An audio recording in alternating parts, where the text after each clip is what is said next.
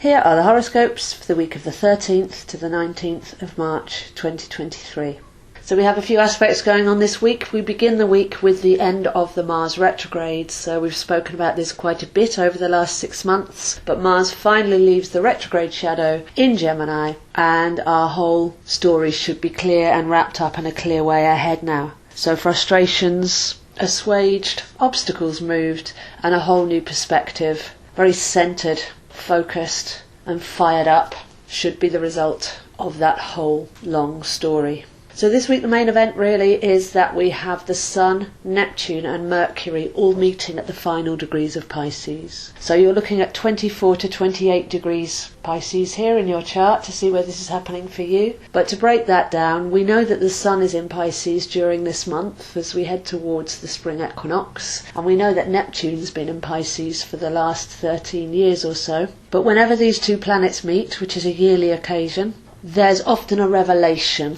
If you see Pisces as multi-layers, veiled, things that can be nebulous and slightly hiding behind the scenes, and then the Sun comes along and blasts its light through and brings things to light, to revelation, removing the veils, then that's the energy that we nearly always get when the Sun meets with Neptune. So this is happening midweek, but it's permeating most of the week. And with Mercury involved, then we're going to be looking at a number of areas. Firstly, our ideas, our inspiration, things coming to light, being able to see what's really going on, getting extra pieces of the puzzle so that things become clearer, hearing news, receiving messages regarding clarity and a new perspective. But also, as we start this week, there's some news coming out of the financial systems, and Mercury also rules money. So for anybody in the financial industries, obviously you'll already be aware that things are coming to light that have been going on behind the scenes and being brought into the light of day and into the public awareness on the financial front as well.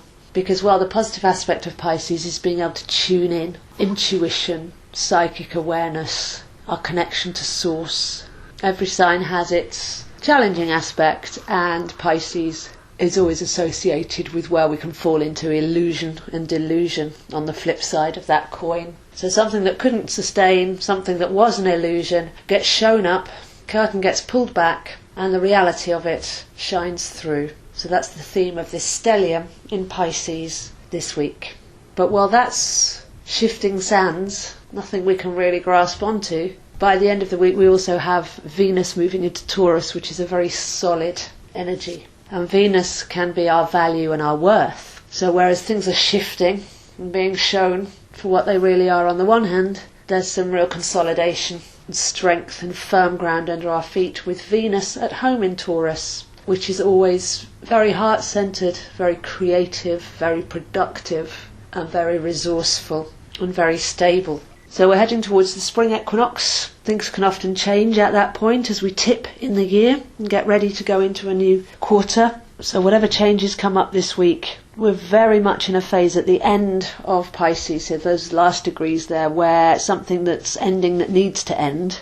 And then as we step over the equinox point next week, we've got another big ending, which is Pluto leaving Capricorn after 16 years and moving into Aquarius. So we can see both of those final degrees of Capricorn and Pisces as necessary endings. Things that have gone on for too long, they've become corrupt or just pure illusion, have gone far away from their central point of reality and usefulness. And we're just watching things coming up now that need to be dissolved away and rinsed off so that we can start a new quarter of the year at the spring equinox on a real footing and with clear focus and clarity.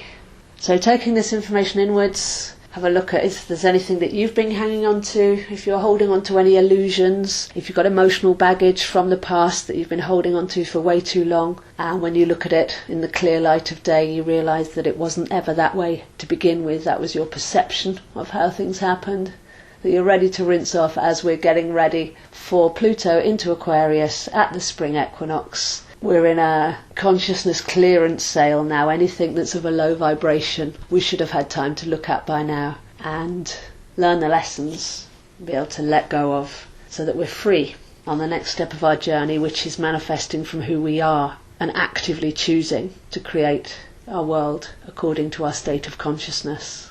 So if you'd like to see where this is happening for you, I am available, zoehind7@gmail.com. I do readings and courses and coaching to help you learn your chart, to get you clarity, and to help clear any blocks. I post these videos on my YouTube channel, zoeastro, Instagram, zoehind7, and Facebook @astrozo. So really see this week like the last week of a season, finishing off, tying up loose ends. We've got Mars going direct, so we're clear there. We've got the Sun, Mercury and Neptune finishing off business in Pisces. We've got Pluto about to leave Capricorn next week. So it's a summing up and getting ready for the equinox kind of a week, but with a view to everything must go that's not serving our highest purpose. So wishing you a wonderful week, and I'll see you next week.